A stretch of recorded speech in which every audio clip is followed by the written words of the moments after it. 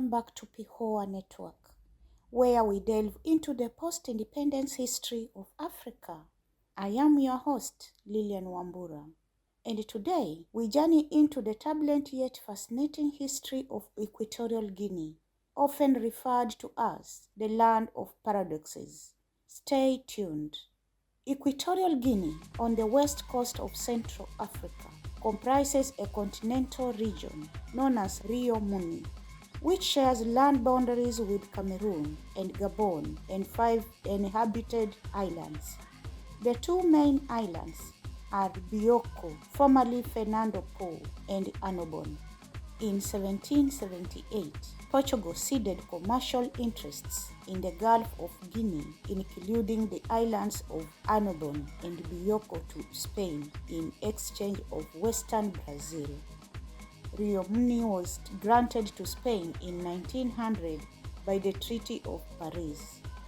From 1926 to 1959, these territories formed the colony of Spanish Guinea. Within that era, Spanish Civil War of 1936 to 1939 ushered dictatorship of Francisco Franco, and the colony made a province from 1946 to 1959. Throughout the 1960s, pressure was put on Spain to decolonize. Political parties included Popular Idea of Equatorial Guinea, IPGE. Elections were held in September 1968, and Francisco Nguema of IPGE won, leading to independence on 12 October 1968. As president, Nguema enhanced relations with socialist countries. He soon embarked on massive human rights abuses, diminishing the popularity of IPGE, which was reorganized as the United National Party (PUN) in 1970. In 1971, Nguema usurped power over all government institutions in a Fang-led ethnocentric state. His actions led to a significant brain drain, and foreign laborers fled in fear. His personality cult led to the establishment of a one-party rule, and declared himself president for life in 1972.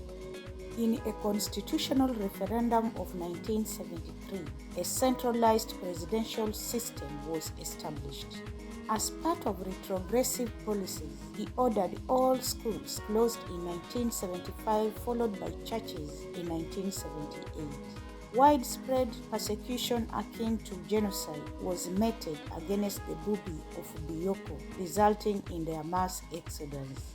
An authenticity program replaced colonial names with local ones. The capital's name was changed from Santa Isabel to Malabo, while the main island of Fernando Po was named after him. The entire population had to drop European names. Due to insane decisions, he was finally overthrown by his nephew Teodoro Obiang Nguema in 1979 and executed. Obiang formed the Supreme Military Council, in which some civilians were added in 1981 in a bid to restore public confidence. The following year, 1982, a new constitution was put in place in a move back to civilian rule. This allowed election of members of the legislature in 1983. In 1987, he formed his party, Democratic Party of Equatorial Guinea, PDGE. Further reforms took place in 1991, introducing multi-party democracy. Elections were held in 1993 under the new constitution, and Nguema won. The country started producing oil in 1995, and Obiang tightened his hold on power. His regime tolerated human rights abuses and practiced nepotism and corruption. The constitution gave him the right to rule by decree. Tension increased between Obiang's son, Teodoro Nguema, and some close, powerful relatives because of the 1997 increase in oil production. A coup attempt against him in 2004 by some mercenaries failed. Among the coup financiers was Mark Thatcher, son of a former British Prime Minister. Despite signing an anti-torture decree in 2006, human rights abuses continued unabated. Further constitutional changes in 2011 introduced a bicameral legislature and a two-term consecutive presidential term. It also lifted the presidential candidate age limit and introduced a vice presidency. In February 2012, Obiang appointed his son as a second vice president against the constitution. A national dialogue in 2014 did not yield much apart from granting amnesty to some political opponents. Plans for a new capital named Ciudad de la Paz were announced in 2011. Obiang was re-elected in subsequent elections of 2016 and 2022, albeit alleged electoral malpractices. Another national dialogue conducted in 2018 was dismissed by the opposition and the country abolished the death penalty in 2022. His son, Teodoro, is the preferred successor.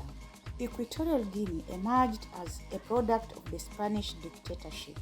Oil has also compounded the problem of corruption and inherent nepotism. Despite its small size and oil wealth, the country has experienced a tumultuous political history marked by dramatic power shifts and stark contrasts in wealth distribution. Thank you for watching PIHOA Network. Don't forget to like, subscribe, and share for more deep dives into the fascinating history of Africa's nations. Thank you.